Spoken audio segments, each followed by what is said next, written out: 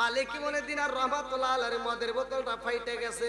এই যে শাবান মাস, এই শাবান মাসের 14 তারিখে দিবাগত রাত্রে আল্লাহু আকবার কোন আল্লাহ মালিক ইমানুদ্দিন আর রহমাতুল্লাহ আলাইহির হিদায়াত দিব রে ভাই। আমার মির্জাপুরে কালীতলা বাসীরা এইবার ছোট্ট মেয়েটা বাপরে এত ভালোবাসে রে ভাই, বাবার গলা ধইরা বাপরে আদর কইরা দেয় আব্বা জান। ও বাবা মদের বোতল ফালাইছি এই জন্য বুঝি তুমি কষ্ট পাইছো। ছোট্ট মেয়ের কথা শুইনা বাপের ভিতরে এত মায়া লাইগা গেছে রে ভাই। বাপ এইবার মেয়েটার কথায় পাগল হয়ে কয় মা রে, ও মা মদের বোতল পালাইছো তাতে কোনো দুঃখ নাই, তোমার মতো মেয়ের কথা শুইনা মনে শান্তি পাই আল্লাহ বুঝি নাই। 5 ওয়াক্ত নামাজ পড়ে কপালে তার দাগ, মুক্কাতে যাই না মেরা গেলা গাই গাজী সাহেব। 5 ওয়াক্ত নামাজ পড়ে কপালে তার দাগ, মুক্কাতে যাই না মেরা গেলা গাই গাজী সাহেব। চা দোকানে বসে গাজী টেলিভিশন চাই ভাই রে, চা দোকানে বসে গাজী টেলিভিশন চাই, হিন্দি গানের তালে তালে ফাদুটি নাচায়। এত দুঃখ রাখবো কোথায় রাখার জায়গা নাই বাইরে, এত দুঃখ রাখবো কোথায় রাখার জায়গা নাই, আমাদের এই কপালেতে শান্তি বুঝি নাই। সুদে ঘুষে জীবন কাটে করে দুর্নীতি, এমন লোক হয় যদি মসজিদের সভাপতি। সুদে ঘুষে জীবন কাটে করে দুর্নীতি, এমন লোক হয় যদি মাদ্রাসার সভাপতি। উচিত কথা কইতে গেলে মোল্লার চাকরি নাই ভাই রে, উচিত কথা কইতে গেলে মোল্লার চাকরি নাই, আমাদের এই কপালেতে শান্তি বুঝি। রাগ করতেছে এই সব জায়গার সভাপতি কি এক, সব জায়গার সভাপতি এক না, কতক্ষণ ঠিক কিনা? এবার যদি সভাপতি থাকে আবার কষ্ট পাইতে পারে, কিন্তু সভাপতি কষ্ট পাওয়ার দরকার নেই, কারণ অনেক জায়গায় আছে জোর জার কথা কও না কে, দোষ করে একজন জেলে যায় আর একজন, খাই বেশি আলমগীর মোটা হয় জাহাঙ্গীর।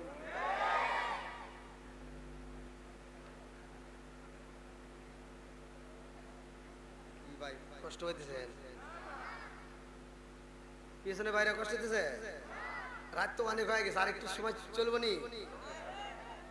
আমারে গত রাত্রে কষ্ট দিয়েছে কুমিল্লাবাসী, কুমিল্লা চান্দিনা থানা আমাকে অনেক কষ্ট দিয়েছে, আমাকে রাত্রে এত রাত্রে তুলছে। আমি আপনাদের মাহফিলে আসছি কত কষ্ট একমাত্র আল্লাহ পাক ভালো জানে। আবার এই রাস্তায় জ্যাম, আবার এই যে আসার পথে এখানে 5 জন মানুষ মারা গেছে। কার কোন সময় মৃত্যু আসবে কেউ জানি না, কথা কোন ঠিক কিনা? আজকের মাহফিল থেকে আল্লাহ আমাদের প্রত্যেকের তামাম জীবনের গুনাহ মাফ করে দিক, সবাই করা বন্ধুরা রে। আমার দিনার রহমাতুল্লাহ আলাইহির মদের বোতলটা ফাইটে গেছে। এই যে শাবান মাস, এই শাবান মাসের 14 তারিখে দিবাগত রাত্রে আল্লাহু আকবার কোন আল্লাহ মালিক ইমানুদ্দিন আর রহমাতুল্লাহ আলাইহির হিদায়াত দিব রে ভাই। আমার মির্জাপুরে কালীতলা বাসীরা এইবার ছোট্ট মেয়েটা বাপরে এত ভালোবাসে রে ভাই, বাবার গলা ধইরা বাপরে আদর কইরা দেয় আব্বা জান। ও বাবা মদের বোতল ফালাইছি এই জন্য বুঝি তুমি কষ্ট পাইছো। ছোট্ট মেয়ের কথা শুইনা বাপের ভিতরে এত মায়া লাইগা গেছে রে ভাই। বাপ এইবার মেয়েটার কথায় পাগল হয়ে কয় মা রে, ও মা মদের বোতল পালাইছো তাতে কোনো দুঃখ নাই, তোমার মতো মেয়ের কথা শুইনা মনে শান্তি পাই আল্লাহ। ভালোবাসার মেয়েটা যখন মইরা যায় রে ভাই,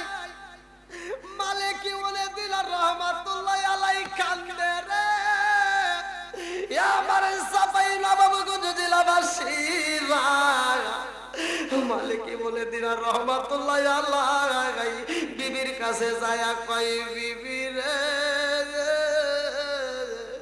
ও বিবি আমার এত সুন্দর মেয়েটা আমার কাছে নাই, আমার মনের ভিতরে শান্তি নাই, আমি কোথায় গেলে আমার মেয়ের সন্ধান পাই?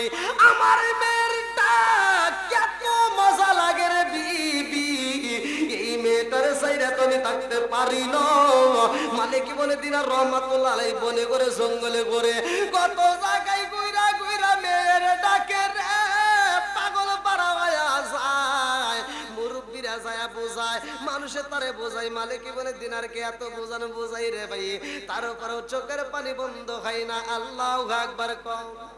আর এরকম ভাবে সপ্তাহ যায় রে ভাই, মাসে যায়, বছর যায়, মালিক মনে দিনার রহমাতুল্লাহ আলাইহি আবার মদের বোতল খাওয়া শুরু করে দিছে। ভালো করে শুইনা নাও, মদ যখন পান করে মালিক বলে দিনার রহমাতুল্লাহ আলাইহি আবার শাবান মাসের ভিতর ঘটনাটা উল্লেখ করা হয়। মালিক বলে দিনার রহমাতুল্লাহ আলাইহি এইবার শাবান মাসে আবার 14 তারিখ দিবাগত রাত্রিতে মদের বোতল নিয়ে বাড়ির ভিতরে ঢুকছে। ঘরের ভিতরে ঢুকে মদের বোতলটা আবার টেবিলের উপর রাইখা রে ভাই চেয়ারের উপর বইসা বিবির ডাকে দিয়া কই বিবি রে ও বিবি আমার তো ভালো লাগে না রে বিবি, তাড়াতাড়ি আয় আমার মনের মতো করে একটু বাতাস দিয়া যা।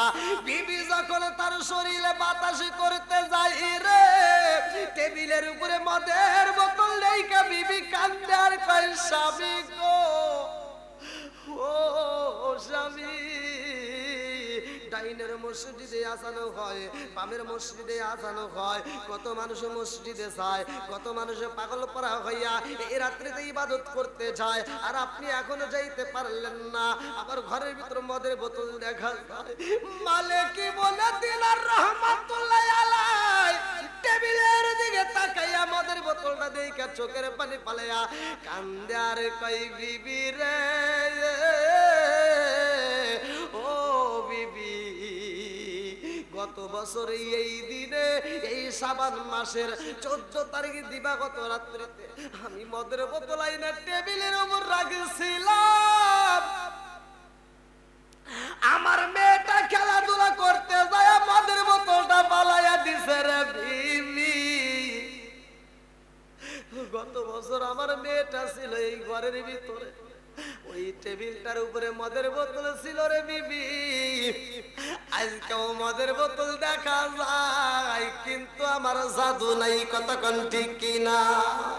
ওরে আমি কাঁচা তুমি পাখি থাকো আমার ভিতর, ওরে আমি কাঁচা তুমি পাখি থাকো আমার ভিতর, হঠাৎ করে ওই রাজাই বানা দিয়া খবর ওয়াসিনপুর ঠিকানা তোমার, যাইবাই ওয়াসিনপুরে শূন্য কাঁচা ফইরা রইব আমার মাটির ঘরে, ওয়াসিনপুর ঠিকানা তোমার, যাইবাই ওয়াসিনপুরে শূন্য কাঁচা ফইরা রইব আমার মাটির ঘরে। আমি মিশে কানে যতন কইরা সাজাইলাম বাসর, আমি মিশে কানে যতন কইরা সাজাইলাম বাসর, হঠাৎ করে ওই রাজাই বানা দিয়া খবর। জোর জোরে কোন কথা ঠিক কিনা?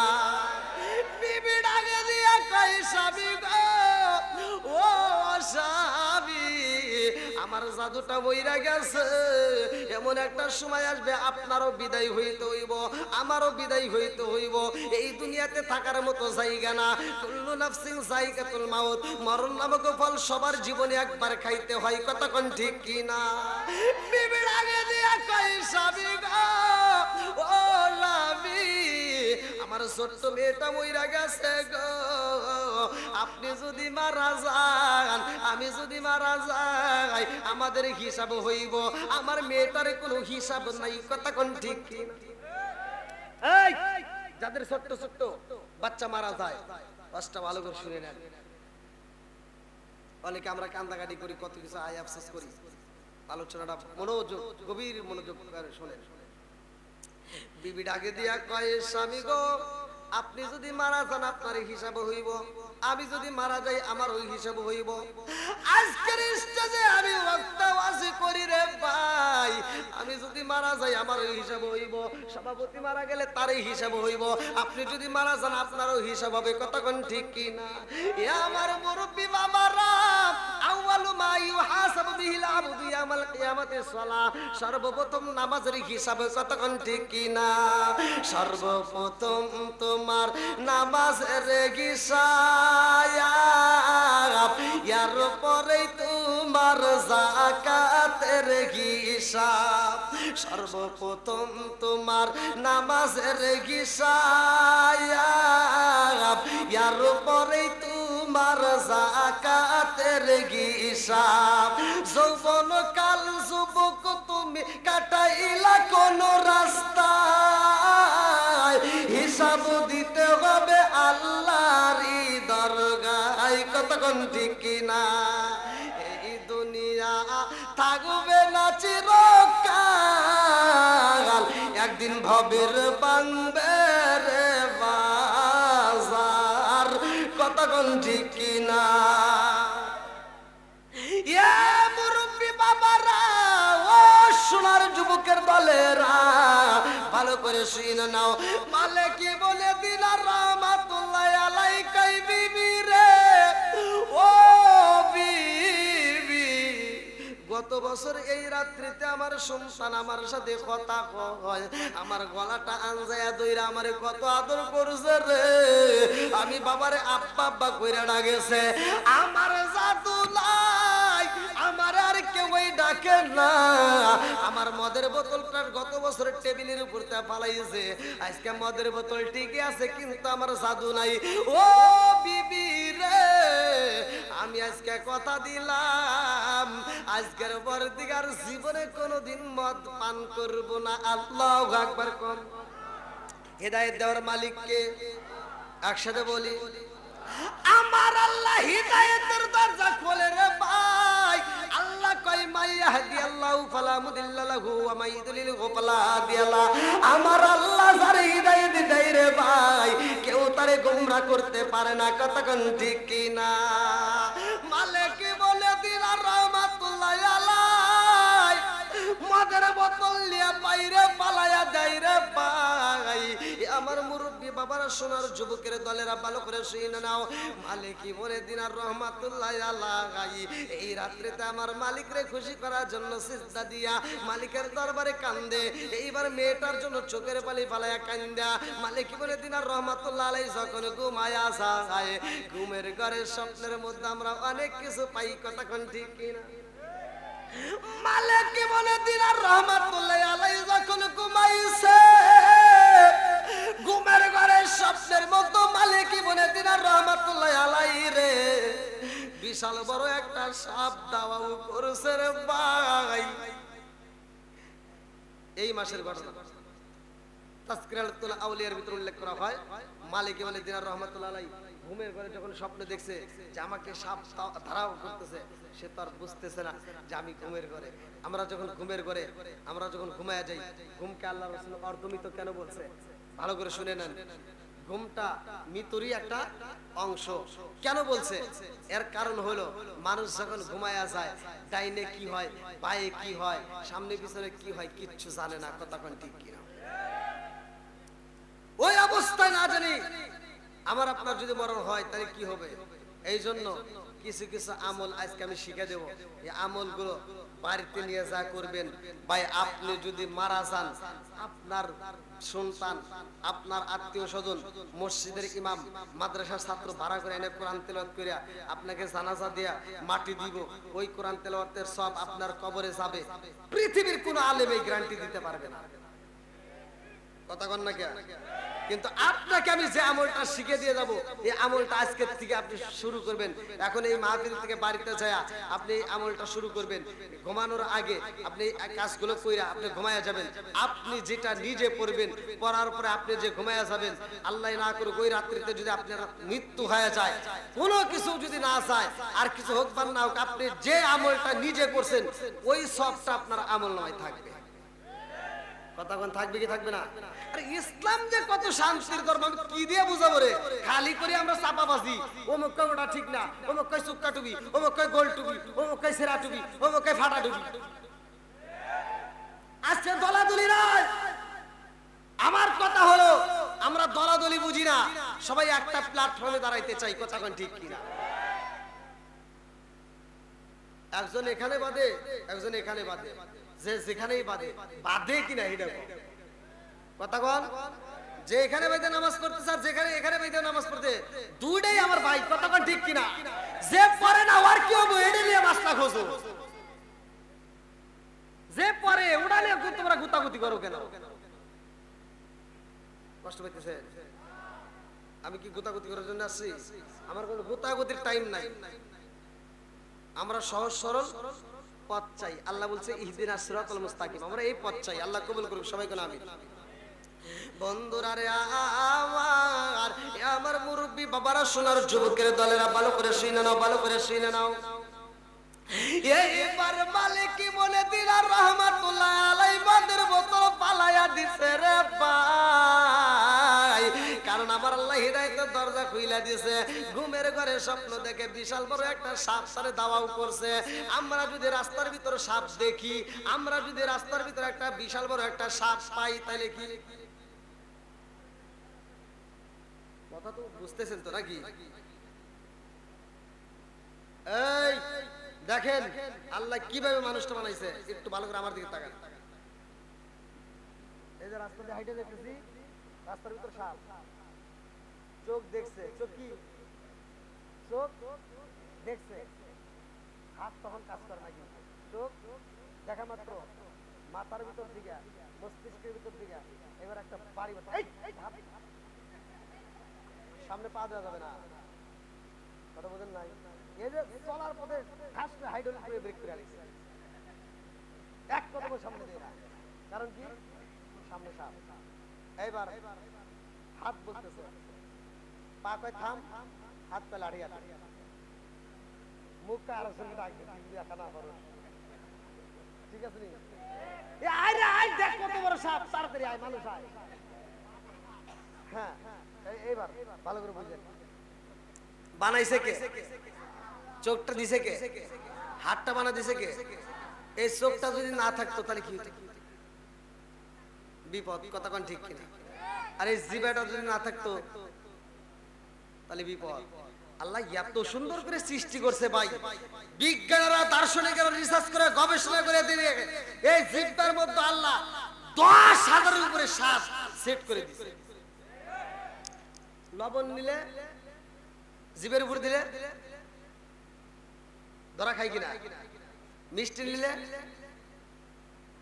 মধু নিলে, ঝাল নিলে, যেটাই নিবেন এখান থেকেই চেক করে বলে দেয়। আবার দেখেন তার পিছনে আল্লাহ আর একটা সিনিয়র একটা গ্যাজেট অফিসারকে বসা রাখছে। আপনি যখন খাবার খাচ্ছেন, এই হাত দিয়ে খাচ্ছেন, হাতে যদি একটা ভুল করে ফেলায়, হাতে ভুল করে না, এই দেখেন হাতে ভুল করছে, আপনি খাবার খাচ্ছেন, এই আল্লাহর শুকরিয়া আদায় করি না কেন রে, আমি কেমনে বোঝাই?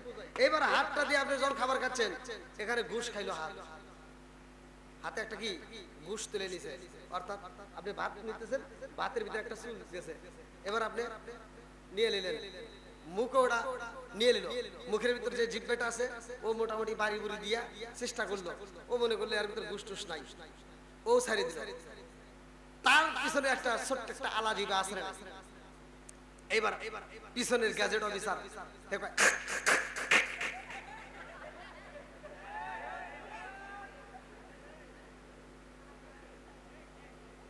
কথা বোঝেন নাই, ও বলে দিতেছে ওটা ঢুকানো যাবে না। আপনার কথা বুঝতেছেন কি? তাহলে এখানে ঘুষ বন্ধ, ঘুষ কি বন্ধ, আমরা খালি এমনি খালি করি বন্ধ। কতক্ষণ ঠিক কিনা? বন্ধুরা রে আমার, ভালো করে শুই না, ভালো করে শুই না। আল্লাহ এত সুন্দর চোখ দিল চোখে ভুল করে পালাইছে, বাচ্চা তুমি চোখ দিয়ে তাকায় তাকায় নিরা অথচ ভুল করে পালাইছো। এই চোখটা আল্লাহ এত সুন্দর করে ফিট করছে। আজকে দুনিয়ার যত ক্যামেরা দেখো, এই ক্যামেরার ভিতর লেন্স আছে, এই ক্যামেরা দিয়ে জুম করা যায়, মোবাইলের ভিতরে ক্যামেরা আছে, এই ক্যামেরার ভিতরে ভুল হয়, কিন্তু চোখের ভিতর আমার আল্লাহ এমন একটা ক্যামেরা সেট করে দিয়েছে রে ভাই, এই ক্যামেরার ভিতর কোনো ভুল নাই। জোরে জোরে কন্যা সুবহানাল্লাহ। এই মাথার চুল মাসে একবার হোক দুইবার হোক কাটি কি কাটি না? নখ গোফ ঠিক আছে তো, দাড়িও মোটামুটি বাড়ে, সবই খালি বাড়ে। জামু গনে রে, এই ভালো করে বোঝো, দাড়ি যদি বাড়ে তার উপরে মানুষ অসৌন্দর্য হয়, কথা কন না কেন হয়? চুল যদি বাড়ে, বাবরি রেখে দিলাম, তার উপরে অসৌন্দর্য হয়, মোটামুটি চলে। কিন্তু দাঁতটা জীবনে কোনোদিন কি কাইটা ছাড়িয়ে, কোনোদিন তো কাটলাম না। আল্লাহ এত ভালোবাসি, এত সুন্দর করে সৃষ্টি করে রাখলো, এই দাঁতটা মৃত্যুর আগ পর্যন্ত কাটা ছাটা, কোদাল দিয়ে ছাটা হোক আর পাসুন দিয়ে ছাটা হোক, কোনো কিছু করলাম না। আল্লাহ এত সুন্দর করে সেট করে রাখলো, ও আর কোনোদিন বাড়ে না। কথা কোন ঠিক কিনা?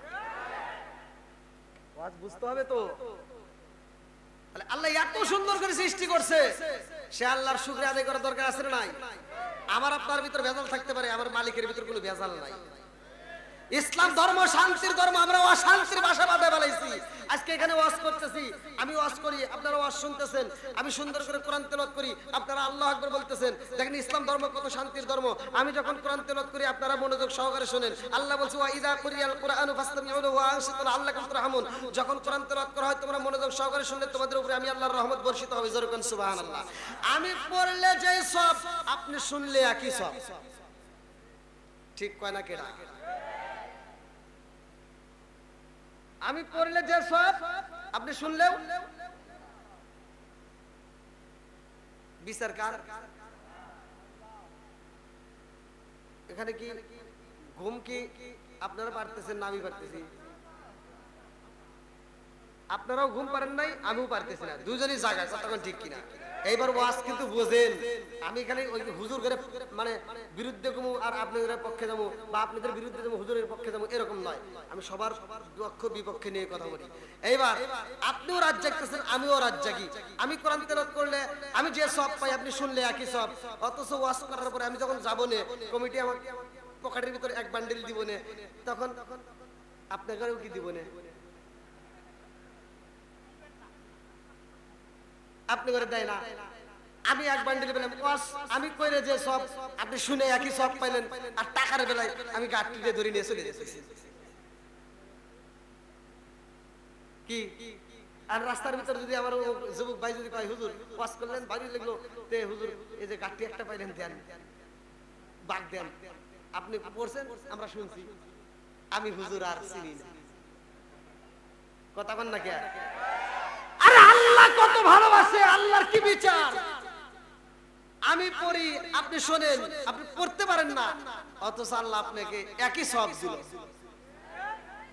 এখন এর ভিতরে একটা কথা আছে, আমি 7 বছর মাদ্রাসায় পড়িয়া হাফজখানায় ডাল দিয়ে ভাত খেয়েছি, তো 2 বেলা ভাত খেয়েছি। কি যে কষ্ট রে ভাই, আমি পড়িয়া, আপনারা তার ওই কষ্টটা করেন। কথা ঠিক আছে? ডাল দিয়ে ভাত এখনকার, এখন বর্তমান যে মাদ্রাসা, এই মাদ্রাসা আমার তুলনায় আমরা যে কষ্টটা করছি, কি সভাপতি, আমরা ছোটবেলায় যে কষ্টগুলো করছি, এখনকার মাদ্রাসায় বর্তমান বোঝা যায় এটা শ্বশুর বাড়ি। 3 বেলা ভাত, আর কি মজা। আবার পোলা মানে একটা বাড়ি দেওয়া যায় না। আর আমার বেলায় 2 বেলা ভাত দিছে, তা ভাতটা টাইম ছিল কি, একটা ছিল সকাল 10:30টায়, আর একটা ছিল বিকেলে আসরের নামাজের পরে। এই 2 বেলা ভাত, আর কোনো ভাত নাই। যাও করো গা।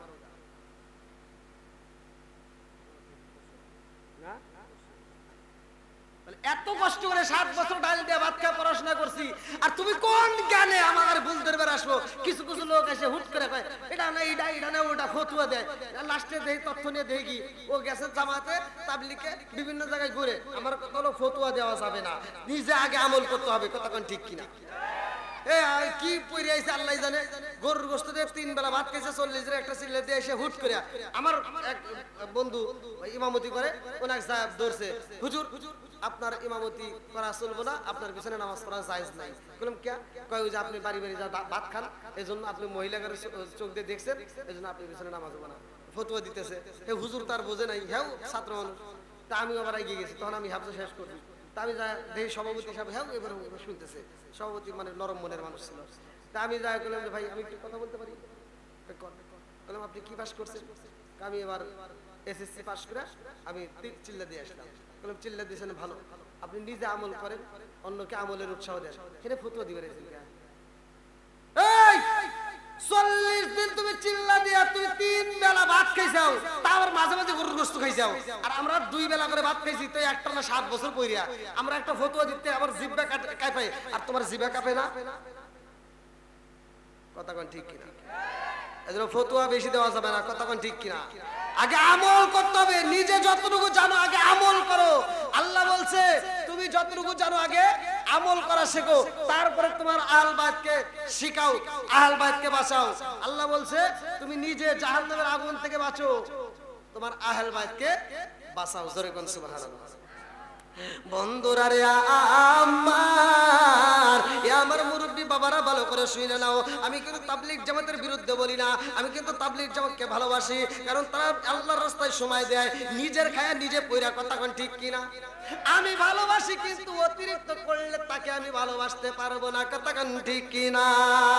বন্ধুরা রে আমার মালিক বলে দিলেন রহমাতুল্লাহ আলাইহি, ছোট্ট মেয়েটার কথা ভালো করে শুনে নাও রে ভাই।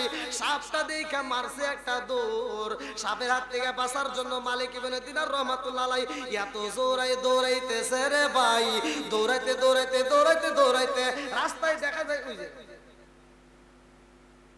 দেখতেছে একটা মুরব্বি লাঠি ভর দিয়ে আসতেছে। এইটা আমার আপনার জীবনেও আসবে, ভালো করে শুনে নাও। মুরব্বি যখন লাঠি ভর দিয়ে আসতেছে, মালিক বলে দিনার রহমাতুল্লাহ আলাইহি চিন্তা করলো, তাহলে এই মুরব্বির কাছে যাব, বলবো হে মুরব্বি আমাকে একটু সাহায্য করো।